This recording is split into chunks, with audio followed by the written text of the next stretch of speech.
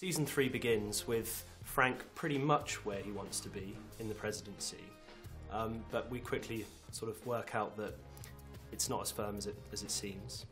I want to know if you two can envisage a point where Claire and Frank are actually satisfied with what they've got. I think satisfaction is the worst word ever for a human being. I think to be satisfied means you're kind of like done. Or deserve. You deserve to be happy. Right. You like that one? Yeah, that one just kills me. But yeah, no, I think that what makes them interesting as people and as characters is that I don't think they'll ever get to a place where they'll be satisfied, because if they do, they should probably pack it in. Especially in that industry. Yeah. Definitely. So obviously Claire and Frank's relationship comes into focus constantly throughout House of Cards. It's survived a few issues over the seasons. Can it survive a situation whereby they're both going for political office? We'll just have to stay tuned. Yeah. Have you watched all of season 3? I've seen 6 episodes. Oh, you got it. We will just keep watching. You call us when you're done. Fair enough. Yeah. Okay. So you probably get asked this a fair bit, but there's a general election coming up in this country in a couple of months. What advice would Claire and Frank have for prospective candidates? I don't get involved in British politics. We'd be held at I'm a customs. resident here. Yeah, I'm not a citizen, so I think it's inappropriate for me to start saying anything about British politicians. Maybe remove the wig. What do you think? Good advice. Do you think the Machiavellian behaviour that happens in House of Cards happens in real life in, let's say, Parliament, Congress, wherever?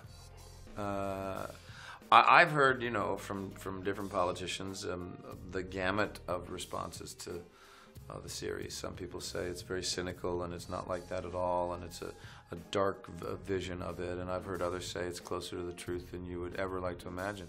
So I suspect it depends on your perspective and your points of view, but don't you think that these kind of things happen in oil companies and at network televisions and everywhere? I mean, there is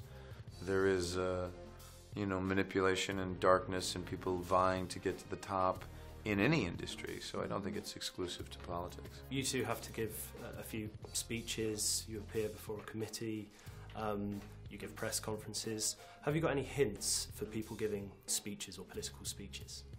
Don't let someone else write it. Memorize your lines. And memorize your lines as best you can. Yeah. What qualities does a First Lady need?